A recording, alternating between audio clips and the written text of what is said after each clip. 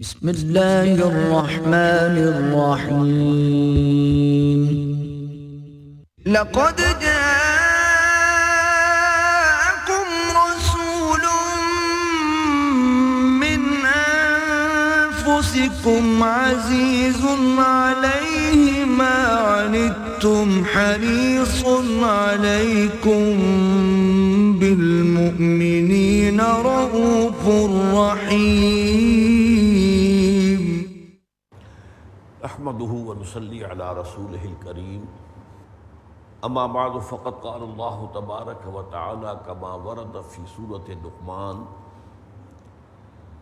اعوذ بالله من الشيطان الرجيم بسم الله الرحمن الرحيم ومن يسلم وجهه الى الله وهو محسن فقد استمسك بالعروة الوثقى وقال تبارك وتعالى كما ورد في سورة البقرة بلى من أسلم وجهه لله وهو محسن فله أجره عند ربه ولا خوف عليهم ولا هم يحزنون وقال عز وجل كما ورد في سورة النساء ومن أحسن دينا ممن أسلم وجهه لله وهو محسن واتبع ملة إبراهيم حنيفا وقال جل وعلا كما ورد في سورة المائدة ليس على الذين آمنوا وعملوا الصالحات جناح فيما طعموا إذا ما اتقوا وآمنوا وعملوا الصالحات ثم اتقوا وآمنوا ثم اتقوا وأحسنوا والله يحب المحسنين صدق الله العظيم رب اشرح لي صدري ويسر لي أمري واحلل عقدة من لساني يفقهوا قولي اللهم ربنا ألهمنا رشدنا واعذنا من شرور أنفسنا اللهم أرنا الحق حقا وارزقنا اتباعه وأرنا الباطل باطلا وارزقنا اجتنابه اللهم اجعلنا من عبادك المحسنين آمین یا رب العالمین۔ حدیث جبرائیل اہم ترین حصہ ہم نے پڑھ لیا ہے۔ ذہن میں پس منظر لے آئیے کہ ایک موقع پر حضور اپنی مجلس میں صحابہ کرام کے ساتھ مسجد نبوی میں تشریف فرما تھے کہ اچانک ایک شخص جو ہے وہ نمودار ہوا، بال انتہائی سیاہ، کپڑے انتہائی سفید، سفر کے کوئی آثار نہیں، نہ ہم میں سے کوئی ان سے واقف تھا۔ بہرحال وہ شخص بڑھتا چلا گیا اور حضور کے عین سامنے جا کر بیٹھ گیا، آپ کے گھٹنوں سے گھٹنے ملا دیے اور آپ کے زانوؤں پر اپنے دونوں ہاتھ رکھ دیے۔ اس کے بعد سوال کیا، یا محمد اخبرنی عن الاسلام، اے محمد صلی اللہ علیہ وسلم بتائیے مجھے اسلام کیا ہے۔ حضور نے جواب دیا، اس پر اس نے تصدیق کی، توثیق کی، صدقتا۔ تو حضرت عمر فرماتے ہیں ہم حیران ہوئے کہ یہ کون ہے کہ جو سوال کرتا ہے تصدیق بھی کرتا ہے۔ یہ تو کسی استاد کا انداز ہوتا ہے کہ وہ شاگرد سے سوال کرے اور پھر اگر جواب صحیح ملے تو اس کو شاباش بھی دے۔ پھر اس نے پوچھا اخبرنی عن الایمان، اس کا بھی حضور نے جواب دیا، یہ ہم پڑھ چکے ہیں۔ پھر تیسرا سوال اس نے کیا، اخبرنی عن الاحسان، اب مجھے احسان کے بارے میں بتائیے۔ آج ہماری گفتگو کا موضوع یہ ہے۔ اسلام اور ایمان کے بارے میں ہم نے خاص مفصل گفتگویں کر لی ہیں اور ان کی جو اہمیت ہے، ان میں جو فرق ہے، اور جس کی وجہ سے کہ اس پر اتنا زور دیا گیا یہاں کہ اس فرق کو پورے طور پر ملحوظ نہ رکھا جائے تو بہت سے مغالطے پیدا ہو جاتے ہیں۔ احسان کیا ہے؟ سب سے پہلے اس لفظ کو سمجھ لیجئے۔ حسن، یہ تو اردو میں مستعمل لفظ ہے، عربی کا لفظ ہے، لیکن یہ کہ کون نہیں جانتا۔ خوبصورتی، عمدگی، موزونیت، بہت سے پہلوؤں سے حسن جس کا مفہوم ہم جانتے ہیں۔ احسان کے معنی ہے کسی کو حسین بنانا۔ حسنت جمیع خصالہ، حضور کے تمام ہی عادات جو ہیں وہ نہایت حسین تھی۔ تو حسن یحسن، حسین ہونا۔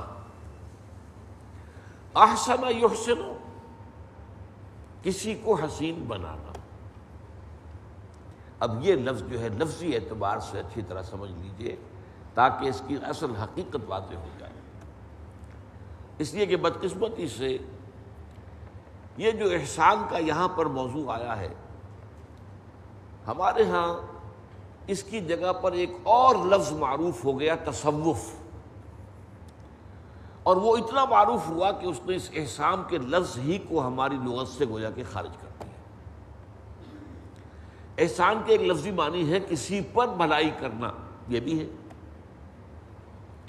قرآن مجید میں ہے سورہ قصص میں کہ لوگوں نے قارون سے یہ کہا تھا احسن کما احسن اللہ الیک، دیکھو تم بھی اچھا لوگوں کے ساتھ معاملہ کرو جیسے کہ اللہ نے تمہارے ساتھ اچھائی کی ہے، اللہ نے تمہیں دولت دی ہے، غنی بنایا ہے، تم لوگوں کی ضرورتوں میں ان کی مدد میں اپنے مال کو خرچ کرو۔ تو احسان کے معنی یہ بھی ہے کسی کے ساتھ حسن سلوک کرنا، یہ احسان۔ ہوا یہ ہے کہ لفظ تصوف نے آ کر احسان کے اس اصلی معنی کو، بنیادی معنی کو ذہنوں سے بالکل نکال دیا، اور سارا کا سارا اب وہ مواد جو ہے ہمارے ذہنوں میں لفظ تصوف کے حوالے سے۔ حالانکہ تصوف نہ قرآن میں کہیں لفظ آیا نہ حدیث میں آیا، اور تقریباً 200 برس تک حضور کے انتقال کے بعد یہ لفظ کہیں استعمال نہیں ہوا۔ یہ تقریباً یوں سمجھیے کہ 822 عیسوی میں پہلی مرتبہ یہ لفظ ٹریس کیا جا سکتا ہے کہ وہ پہلی مرتبہ استعمال ہوا ہے۔ رسالہ قشیریہ کی مدد سے میر ولی الدین ایک بڑے مصنف اور بڑے مفکر اور فلسفی تھے، حیدرآباد دکن کی جامعہ عثمانیہ میں فلسفے کے شعبے کے ہیڈ تھے، ڈاکٹر میر ولی الدین۔ چنانچہ ان کی ایک کتاب بھی اسی اور موضوع پر ہے، قرآن اور تصوف۔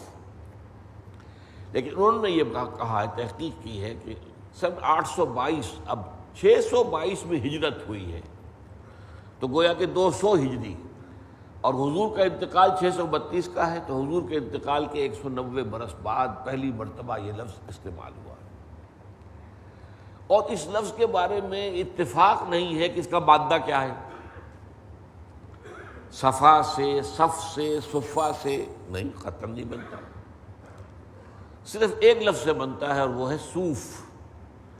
اور وہ کہتے ہیں کہ اس دور میں آ کر جو خاص اس میدان میں لوگ آئے، وہ میں ابھی عرض کرتا ہوں روحانیت کے میدان کو جنہوں نے اپنی جولانگاہ بنایا، تو انہوں نے اونی لباس پہننا شروع کر دیا تاکہ وہ جسم کو چبھے، اپنے جسم کو بجائے راحت دینے کے تکلیف پہنچانے کے لیے۔ یہ جو ہے ان معاملات کے اندر روحانیات کے میدان میں مسٹیسزم، چاہے وہ کرسچین مسٹیسزم ہو اور چاہے وہ ہندی مسٹیسزم ہو، چاہے وہ نیو پلیٹونزم ہو، وغیرہ وغیرہ، جہاں سے بھی آیا ہے تو اس میں یہ چیز ہوتی ہے اپنے نفس کو تکلیف پہنچاؤ، ایذا پہنچاؤ۔ تو اس صوف سے لفظ صوفی بنا، واللہ عالم۔ ایک اور تصور بھی ہے جو رہا ہے، لیکن یہ کہ اس کی اب اس دور میں آ کر عین میری شمبل نے بڑی تبدیل بھی کی ہے، لیکن یہ کہ میرا گمان رہا ہے کہ یہ لفظ صوفیہ سے بنا ہے۔ یہ اصل میں یونانی لفظ ہے صوفیہ۔ صوفیہ کے معنی ہے حکمت، چنانچہ فائلوسوفی، فلسفی جسے ہم کہتے ہیں، صوفی حکمت، وہ حکمت جو منطق پر مبنی ہے، فائلوسوفی، فلسفی ہم اسے کہہ دیتے ہیں، لیکن بنتا ہے وہ فائلوسوفی۔ تھیوسوفی، تھیو مذہب کا معاملہ ہے، حکمت دین یعنی مذہب کا بھی ایک پہلو تو ہے جو عوامی ہے، جو عملی ہے، اور ایک ہے اس کا علمی اور فکری اور گہرائی کے اندر اور باطنی پہلو، وہ تھیوسوفی کہلاتا ہے۔ آج بھی کراچی میں تھیوسوفیکل ہال ہے بندر روڈ پر، تھیوسوفیکل سوسائٹیز دنیا میں رہی ہیں کہ یہ تمام جو مذاہب ہیں ان کے اندر جو باطنی حکمت ہے وہ قدر مشترک کے طور پر ان کو سامنے لایا جائے۔ تھیوسوفی، تھیوسوفیکل ہال، تھیوسوفیکل سوسائٹیز۔ بہرحال تو میں یہ عرض کر رہا تھا کہ یہ لفظ جو ہے، یہ احسان، جس کے لفظی معنی بنتے ہیں کسی کے ساتھ حسن سلوک کرنا بھی، اور کسی بھی شے کو حسین بنانا۔ اب اس میں مثلاً میں آپ کو ایک حدیث سناتا ہوں، یہ حدیث صحیح مسلم میں بھی ہے اور جامع ترمذی میں اور سنن نسائی میں بھی ہے۔ حضرت شداد ابن اوس اس کے راوی ہیں رضی اللہ تعالی عنہ۔ حضور فرماتے ہیں ان اللہ کتب الاحسان علی کل شیء، اللہ نے ہر چیز کے بارے میں واجب کیا ہے کہ اس میں خوبصورتی پیدا کی جائے۔ اب اس کی مثال دی آپ نے، فَإِذَا قَتَلْتُمْ فَأَحْسِنُوا الْقِتْلَةَ، کسی کو قتل کرنا ہو تو وہ بھی خوبصورتی کے ساتھ قتل کرو۔ آپ ذرا اس پر مسکرائیں گے بھی کہ قتل کے اندر خوبصورتی سے کیا مراد ہے، بات ابھی واضح ہو جائے گی۔ وَإِذَا ذَبَحْتُمْ فَأَحْسِنُوا الذَّبْحَ، یا نسائی کی روایت میں فَأَحْسِنُوا الذِّبْحَ، جب ذبح کرنے لگو کسی جانور کو تو خوبصورتی سے عمدگی سے ذبح کرو۔ اور اس کی شرح کیا ہے؟ وَلْيُحِدَّ أَحَدُكُمْ شَفْرَتَهُ، چاہیے کہ کوئی شخص جو ذبح کرنے بیٹھے وہ اپنی چھری کو تیز کر لے۔ فَلْيُرِحْ ذَبِيحَتَهُ، جو ذبیحہ ہے اس کو راحت پہنچائے، زیادہ تکلیف نہ ہو۔ کھنڈی چھری سے آپ رگڑ رہے ہیں اس کے اگر حلق کو اور گردن کو، تو اس کے اوپر کیا بیتے گی؟ وہ ایک تیز دھار کے ساتھ جو ہے ایک ہی وار کے اندر وہ معاملہ ہو جائے تو ظاہر بات ہے اسے تکلیف کم سے کم ہوگی۔ اسی طرح کسی کو قتل کرنا ہے سزا کے طور پر، اب ایک اناڑی آدمی قتل کرنے لگے گا تو نہ معلوم کیا اس کے ساتھ کرے، وہ کیا سلوک کرے، اور وار کہیں کرنا چاہے لگ جائے کہیں اور جا کے اس کا جو ہے وہ بجائے گردن کے کہیں سر پر لگے، کھوپڑے کا کچھ کر دے۔ تو اب آپ کو معلوم ہے جلاد جو ہے پروفیشنلز ہوتے تھے، وہ گویا کہ ایک طرح کا فن ہوتا تھا کہ وہ ایک ہی وار سے وہ گردن بھی علیحدہ ہو جائے۔ اب بھی سعودی عرب میں جو ہے سرقلم ہوتے ہیں، باقاعدہ جو سزائیں ہیں ان کے اوپر سرقلم ہوتے ہیں، وہ اس طریقے سے کہ بس وہ ایک وار کے اندر گردن جو ہے وہ اڑ جاتی ہے۔ تو ظاہر بات ہے کہ اس سے کم تکلیف ہوگی اس شخص کو۔ ظاہر بات ہے کہ اگرچہ اسے سزا تو دینی ہے، شریعت کے دائرے کے اندر وہ آ گیا ہے، اس کے اوپر ایک جو ہے حد لگ گئی ہے۔ بہرحال یہ جو ہے احسان کے لفظی معنی میں نے آپ کے سامنے رکھے۔ اب اسی سے قرآن کی اصطلاح ہے احسان اسلام، اسلام میں خوبصورتی پیدا کرنا۔ یعنی اسلام ایک تو یہ ہے کہ آپ نے جو بھی اس کے فرائض ہیں مارے باندھے کو جیسے بھی ہوا پورے کر دیے، آپ کی دلی اس کے اندر جو ہے کوئی وہ شامل نہیں ہے، دلی جذبہ شامل نہیں ہے۔ ایک یہ ہے کہ آپ نے پورے اہتمام سے، پوری توجہ کے ساتھ، پورے دل کی آمادگی کے ساتھ آپ نے اس کے لیے پورا اہتمام کیا اور اس کام کو کیا۔ یہ اسی کام کو درجہ احسان میں پہنچا دینے کا ہے، اس لیے اس کے لیے لفظ میں نے استعمال کیا ہے احسان اسلام۔ اسلام کو خوبصورت بنانا۔ اسلام تو وہی ہے، کلمہ شہادت ہے، نماز روزہ حج اور زکوٰۃ ہے، اور پھر جو بھی احکام دیے گئے شریعت کے اوامر و نواہی۔ لیکن ایک یہ ہے کہ ان کو جیسے بھی ہو بے دلی سے، تھوڑ دلے پن کے ساتھ اور طبیعت کی عدم آمادگی جو ہے اپنے آپ کو گھسیٹ کر کسی طریقے سے وہ آپ خانہ پوری کر دیں، اور ایک یہ ہے کہ بڑی دلی آمادگی کے ساتھ، بڑی خوش دلی کے ساتھ دل لگا کر بہتر سے بہتر انداز میں وہ کریں۔ یہ احسان اسلام۔ تو میں نے آپ کو 3 آیتیں سنائی ہیں۔ ایک آیت جو ہے وہ مکی قرآن مجید میں سورہ لقمان کی ہے، وَمَن يُسْلِمْ وَجْهَهُ إِلَى اللَّهِ وَهُوَ مُحْسِنٌ، جو شخص اپنے چہرے کو اللہ کے سامنے جھکا دے اور وہ محسن ہو۔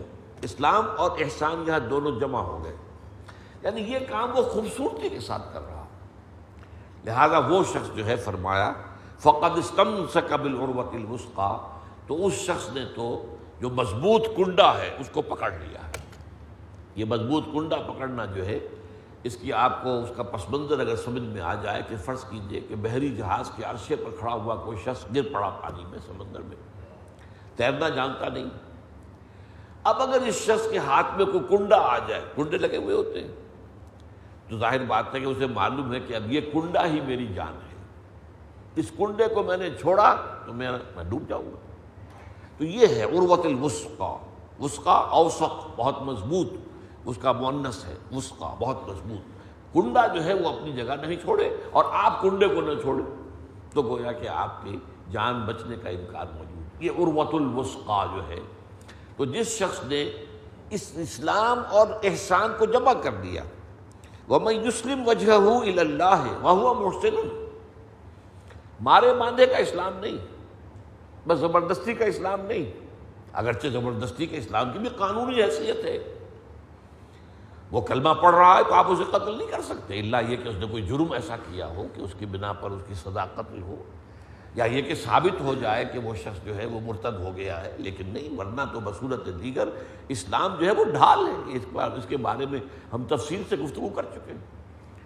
عین حالت جنگ میں ایک شخص جو ہے جب یہ محسوس کرے کہ اب میں بے بس ہو گیا ہوں اور کلمہ پڑھ دے، تب بھی آپ اب اس کو اس گناہ پر کہ گمان غالب یہ ہے کہ اس نے صرف جان بچانے کے لیے ہیلا کیا ہے، آپ اسے قتل نہیں کر سکتے، وہ ڈھال ہے اس کے پاس۔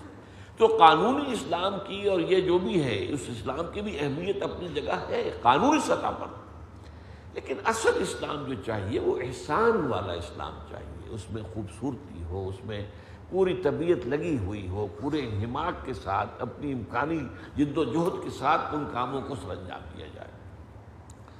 پھر سورہ بقرہ میں یہ بات پھر آئی، بلا من اسلم وجہہ للہ وہو محسن فلہ اجرہ عند ربہ ولا خوف علیہم ولا هم یحزنون۔ کیوں نہیں؟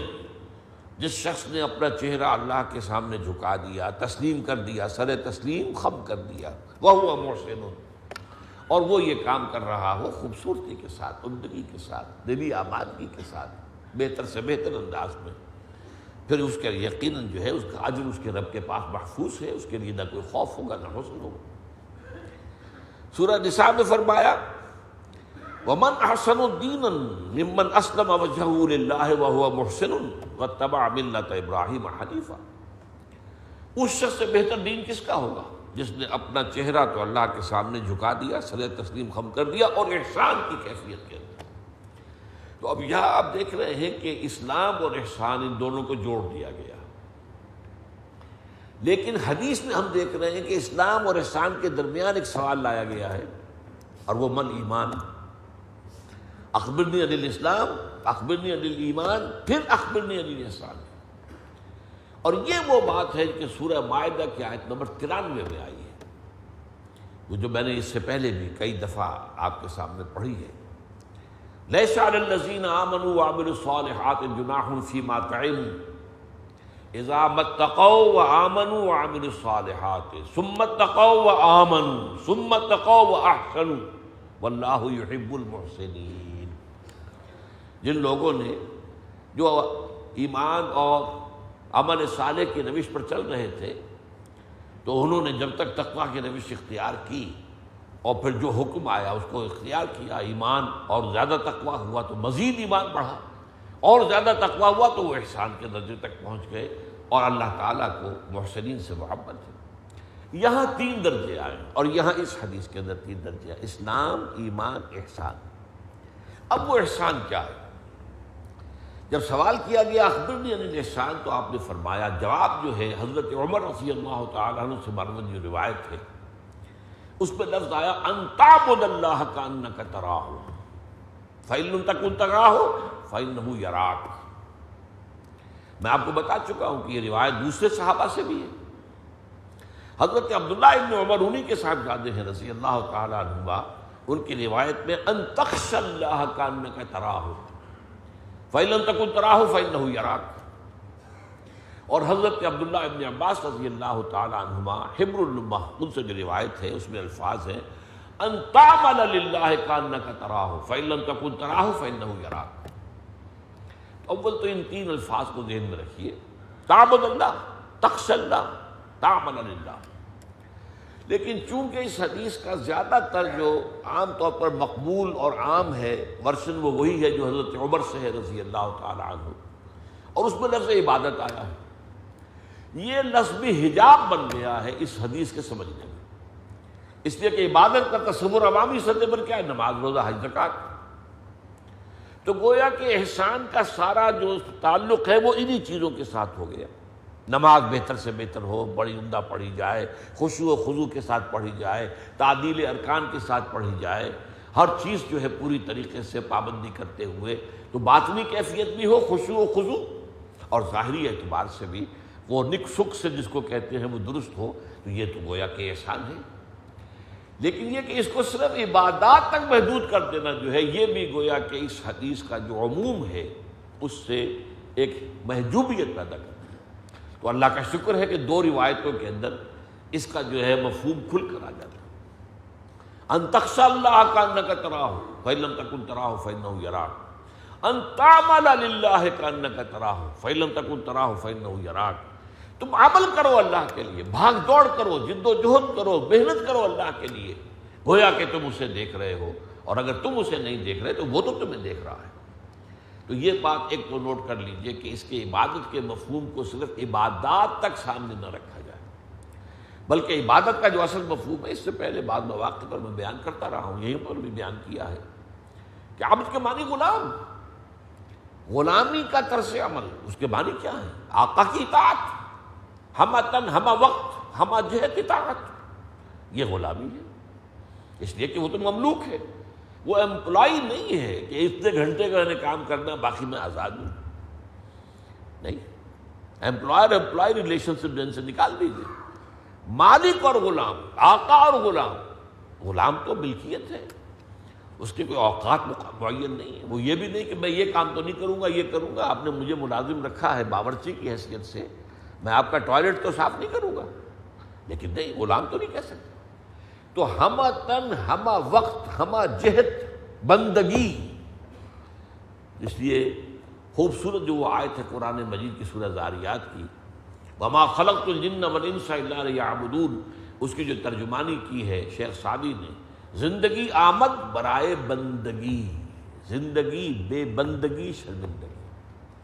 تو بندگی اس کا جو ہے سب سے بڑا مفہوم، البتہ اس کے ساتھ ہی اس میں محبت کا ایلیمنٹ شامل ہوگا، تب عبادت بنے گی، محض اطاعت نہیں، محبت۔ لہذا ایک ہے لفظ فارسی کا بندگی اور ایک ہے لفظ پرستش، تو بندگی اور پرستش کو جمع کریں گے تو عبادت بنے گا، لیکن اس کا وہ پہلو بہرحال سامنے رہنا چاہیے کہ اس سے مراد صرف یہ عبادات نہیں، یہ بھی اس میں شامل ہے۔ نماز، روزہ، حج اور زکوٰۃ عبادات ہیں جو اس بڑی عبادت کے لیے ہمیں تیار کرتے ہیں، ہمیں سپورٹ کرتے ہیں، اس لیے کہ وہ بڑی عبادت آسان کام نہیں ہے، ہمہ تن ہمہ وقت ہمہ جہت اللہ کی بندگی کرنا، اطاعت کرنا، اس کے لیے آپ کو سپورٹس کی ضرورت ہے۔ نماز سپورٹ دیتی ہے، روزہ سپورٹ کرتا ہے، زکوٰۃ سپورٹ کرتی ہے، حج سپورٹ کرتا ہے۔ تو پہلی بات تو یہ کہ احسان، اس کے لفظی معنی کسی شے کو حسین بنانا، یہاں مراد احسان اسلام، اسلام خوبصورت ہو جائے، اور اس کے لیے میں نے آیات آپ کو سنائی، حدیث میں جب فرمایا تو اس کا جواب کیا ہے؟ ان تعبد اللہ کانک تراہ فإن لم تکن تراہ فإنہ یراک، ان تخشى اللہ کانک تراہ فإن لم تکن تراہ فإنہ یراک، ان تعمل اللہ کانک تراہ فإن لم تکن تراہ فإنہ یراک۔ اب یہ جو الفاظ ان کو نوٹ کیجئے، اس طریقے سے اللہ کی بندگی کرنا گویا کہ تم اللہ کو دیکھ رہے، یہ اصل میں ایمان اور یقین کی انتہائی کیفیت کا نام ہے وہی ایمان۔ ایمان در حقیقت بالغیب ہے، اللہ ہمارے سامنے تو نہیں ہے، ہمارے پاس ہے، ہمارے ساتھ ہے، نحن اقرب الیہ من حبل الورید، لیکن غیب کا ایک پردہ جو ہے وہ جو ہے موجود ہے، حائل ہے۔ لیکن اس ایمان کی شدت، اب یہاں پہ ایمان کا ایک ڈائمنشن آ رہا ہے، اور گہرائی، ایمان کی گہرائی اتنی شدید ہو جائے کہ گویا کہ تم اسے دیکھ رہے ہو۔ یہ گویا کہ کہا گیا کانک تراہ، دیکھ تو سکتے نہیں، اس دنیا میں رہتے ہوئے دیکھنا ممکن نہیں۔ وہ تو حضرت موسیٰ علیہ السلام جو ہیں جلیل القدر پیغمبر ہیں، انہوں نے بھی جب استدعا کی انظر الیک، اے اللہ یہ مکالمہ تو نے مجھے میرے ساتھ فرمایا اور مجھے سرفراز کیا اس مکالمے کے شرف سے، لیکن یہ کہ ذرا دیدار بھی عطا فرما، تو جواب ملا کہ لن ترانی، نہیں تم نہیں دیکھ سکتے۔ یہ تو حضور کے بارے میں بھی اختلافی مسئلہ ہے کہ شب معراج میں بھی حضور نے اللہ کو دیکھا یا نہیں دیکھا، اللہ کی آیات کو دیکھا۔ قرآن مجید میں تو یہی ہے، لقد رأى من آیات ربہ الکبریٰ، اللہ کی عظیم ترین آیات کا مشاہدہ کیا، لیکن بہرحال ایک رائے ہے، صحابہ میں سے موجود ہے کہ اللہ کو دیکھا۔ چنانچہ حضرت علی رضی اللہ تعالیٰ عنہ کی رائے یہ ہے، حضرت عمر کی نہیں ہے، حضرت عائشہ کی نہیں۔ حضرت عائشہ نے تو بہت خوبصورت الفاظ کہے، جب پوچھا گیا کہ کیا حضور نے اللہ کو دیکھا تو آپ نے فرمایا نور انا یرا، وہ تو نور ہے، اسے دیکھا کیسے جائے گا؟ نور کے ذریعے سے آپ کسی چیز کو دیکھتے ہیں، نور کو نہیں دیکھ سکتے۔ بہرحال یہ ایک اختلافی بات ہے، لیکن یہ کہ یہ بات جو یہاں کہی گئی کانک تراہ، یہ اصل میں انٹینسٹی، اللہ کے وجود، اللہ کی حقیقت، اللہ پر اس طریقے سے یقین ہو جائے جتنا کہ کسی چیز کو آنکھوں کے دیکھنے سے یقین پیدا ہوتا ہے۔ یہ کأنک تراہ فإن لم تکن تراہ فإنہ یراک۔ اب اس دوسرے ٹکڑے کے دو معنی کیے گئے۔ ایک تو یہ بھی ہے کہ اس سے کہا گیا کہ اگرچہ تم اسے نہیں دیکھتے ہو وہ تو تمہیں دیکھ رہا ہے، یہ گویا کہ اسی کی وضاحت ہے پہلے ٹکڑے کی۔ اور ایک مفہوم یہ لیا گیا کہ یہ دوسرا درجہ، پوچھنا درجہ تو یہی ہے، اتنی شدت پیدا ہو جائے گویا کہ فی الواقع اپنی آنکھوں سے دیکھ رہے ہو۔ اگر یہ نہ حاصل ہو سکے تو اس سے کم تر درجے میں یہ یقین ہو کہ اللہ مجھے دیکھ رہا ہے، یہ استحضار کہ میں اللہ کی نگاہ میں ہوں، اللہ مجھے دیکھ رہا ہے۔ قرآن مجید میں آتا ہے، حضور سے خطاب فرماتا فإنک بأعیننا، اے نبی آپ ہماری نگاہوں میں ہیں، ہم آپ کو دیکھ رہے ہیں۔ اب اس کیفیت میں جو ہوتی ہے، اللہ کا بندہ جو ہے جب اللہ کے لیے کوئی محنت کر رہا ہے، اللہ کے لیے کوئی کام کر رہا ہے، اللہ کے لیے کوئی خدمت اس کے دین کی جو ہے سر انجام دے رہا ہے، اس کے لیے بھوک برداشت کر رہا ہے، اس کے لیے تکلیف جھیل رہا ہے، اس وقت یہ اس کا احساس جو ہے کس قدر اس کے لیے وہ دل جوئی کا بندوبست کا سامان فراہم کر، اللہ مجھے دیکھ رہا ہے، میرا مالک جس کے لیے میں یہ سب کچھ کر رہا ہوں۔ ایسا نہیں کہ مر گئے ہم، انہیں خبر نہ ہوئی، ہم تو ان کے لیے جو ہے اپنا سب کچھ جو ہے لٹا بیٹھے، انہیں پتہ بھی نہیں، وہ مجھے دیکھ رہا ہے، اس کے علم میں ہے۔ میری ساری جو بھی خدمتیں ہیں، خدمت گزاریاں ہیں، میری جو قربانیاں ہیں، میرا جو اصرار ہے، میری جو محنت ہے، میری جو بھاگ دوڑ ہے، ان تعمل للہ کأنک تراہ فإن لم تکن تراہ فإنہ یراک، تو وہ تو مجھے دیکھ رہا ہے۔ تو یہ اصل میں ٹکڑا جو ہے اس کے دو مفہوم ہے۔ ایک تو یہ کہ پہلی ہی بات کی وضاحت ہے کہ اگرچہ تم اسے نہیں دیکھ سکتے لیکن وہ تو تمہیں دیکھ رہا ہے نا، اس لیے یہ یقین پیدا ہو جانا کہ وہ مجھے دیکھ رہا ہے، یہ بھی درجہ احسان پر فائز ہونے کے لیے کافی ہے۔ لیکن اگر اس سے آگے جو صورتحال جو ہے پیدا ہو جائے، وہ شدت اتنی بھی ہو سکتی ہے، اور اس کے بعد صحابہ کرام کی طرف سے اس قسم کی بات کہی گئی ہے۔ حضور کی عادت شریفہ تھی کہ آپ فجر کی نماز کے بعد تشریف رکھتے تھے تھوڑی دیر، یہ نہیں جو ہمارا حال ہے نماز پڑھی اور گئے بس بات ختم ہوئی، لیکن یہ کہ اس کے بعد صحابہ سے کچھ گفتگو ہوتی تھی، کسی نے کوئی خواب دیکھا ہو تو بیان کرے، اس کے بارے میں کچھ اور گفتگو۔ تو ایک صحابی سے آپ نے پوچھا کیف اصبحت، آج کیسی صبح ہوئی تمہیں، کیسی صبح نصیب ہوئی؟ تو ان کا جواب جو ہے وہ بڑا غیر معمولی تھا، اصبحت مومنا حقا یا رسول اللہ صلی اللہ علیہ وسلم، اللہ کے رسول مجھے تو آج سچے مومن کی صبح نصیب ہوئی ہے۔ اب یہ بات جو ہے غیر معمولی تھی، تو حضور نے پوچھا لکل شیء صفۃ فما صفۃ ایمانک، ہر شے کی کوئی نہ کوئی صفت ہوتی ہے جس سے آدمی اس کو پہچانتا ہے، تو یہ جو تم کہہ رہے ہو کہ مجھے سچے مومن کی صبح نصیب ہوئی ہے، تو اس کی کیا کیفیت ہے وہ بیان کرو۔ عرض کیا کانی انظر الی الجنہ، میری کیفیت یہ کانی وہی لفظ ہے، کاننا کا طرح ہو، کانی انظر الی الجنہ، مجھے تو محسوس ہوتا میں جنت کو دیکھ رہا ہوں، وکانی انظر الی النار، اور مجھے تو یقین ہے کہ ایسے جیسے کہ میں دیکھ رہا ہوں جہنم کو۔ تو یہ کیفیت جو ہے ایمان کی شدت، ایمان کا اس درجے میں ہو جانا جو ہے در حقیقت یہ احسان اسلام ہے۔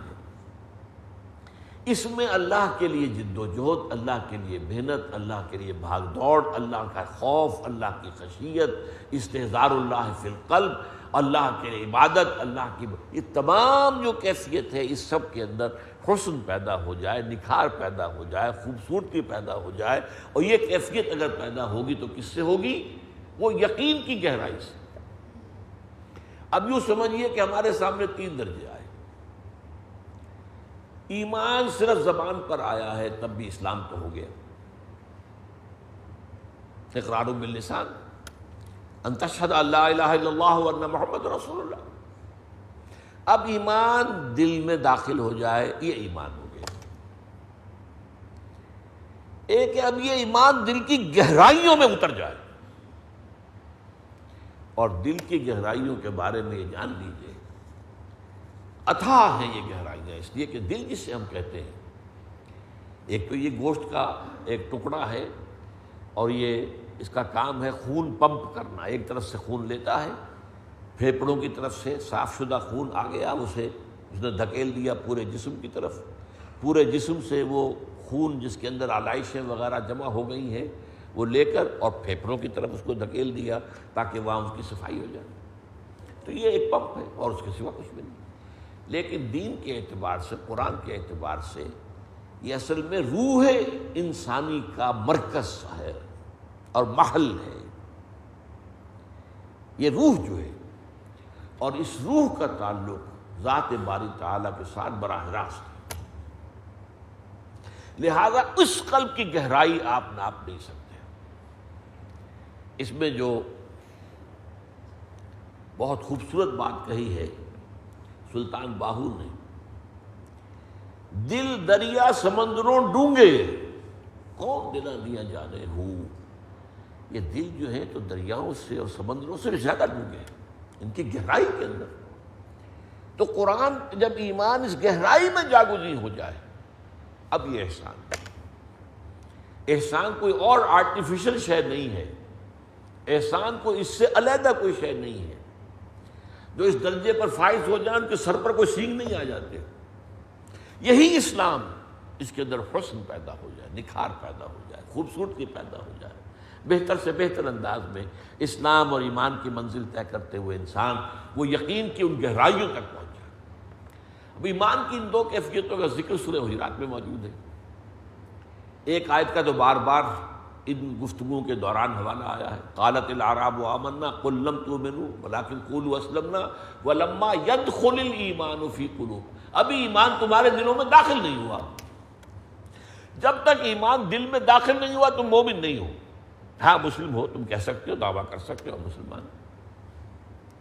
لیکن اسی صورت میں صحابہ کرام اس اعتبار سے جہاں پہنچ گئے تھے اس کا تذکرہ ہے، وَلَكِنَّ اللَّهَ حَبَّبَ إِلَيْكُمُ الْإِيمَانَ وَزَيَّنَهُ فِي قُلُوبِكُمْ.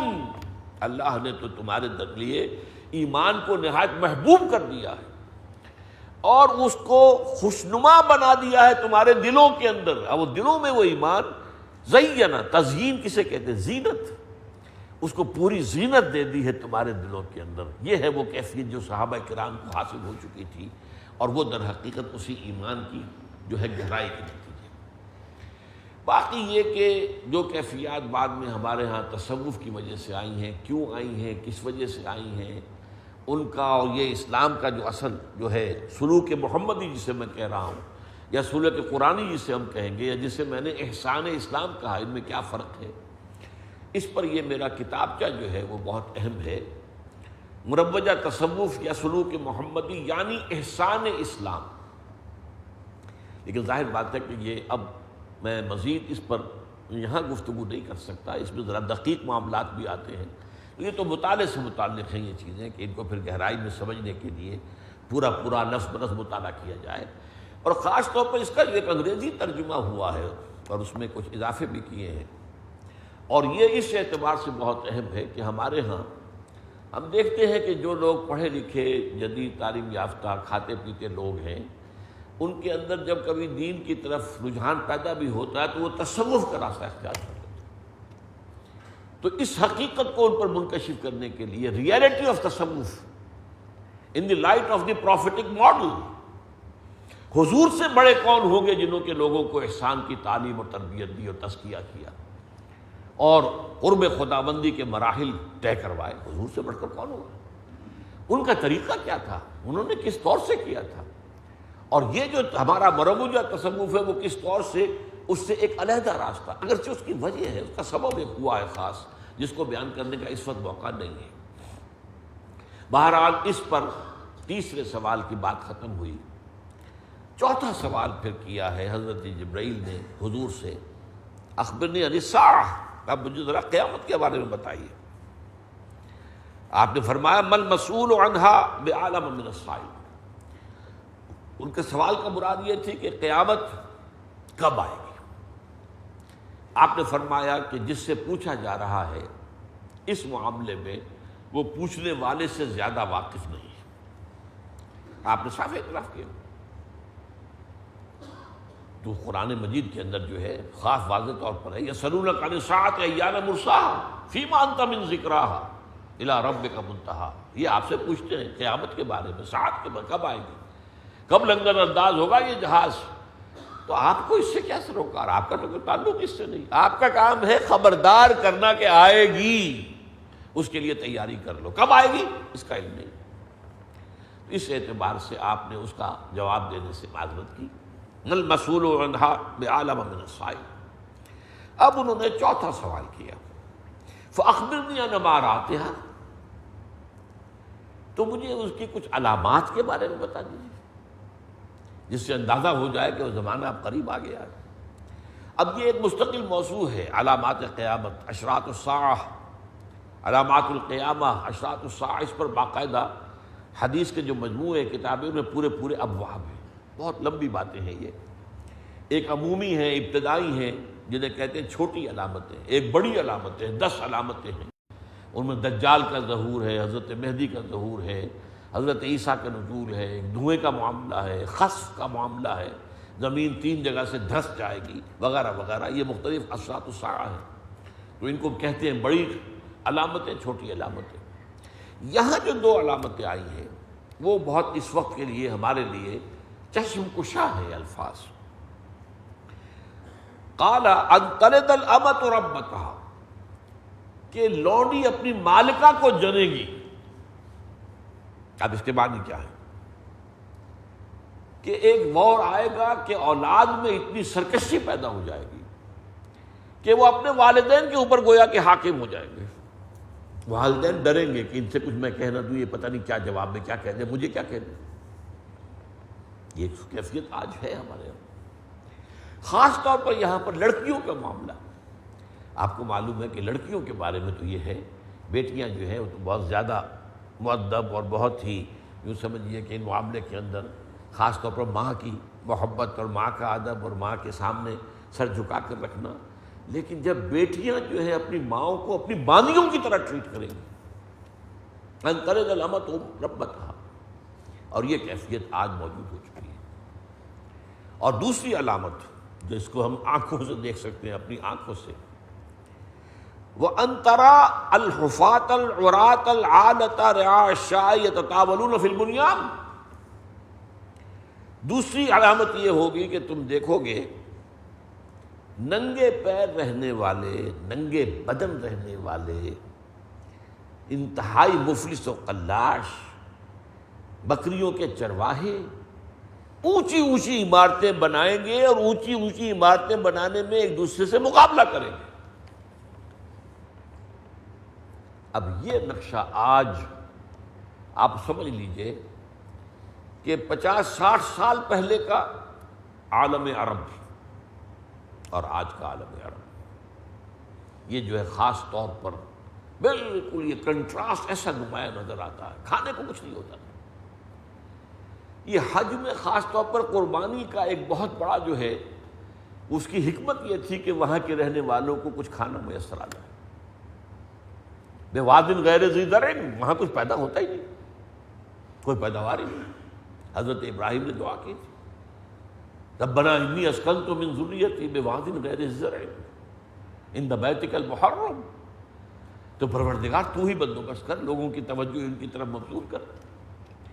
لیکن یہ کہ آپ کو معلوم ہے کہ یہ لوگ جو ہیں قربانیوں کے گوشت پر جھپٹ کر پڑتے تھے، سکھاتے تھے، کھینچ کر لے جاتے تھے، سکھا کر رکھتے تھے، سال بھر کھاتے تھے.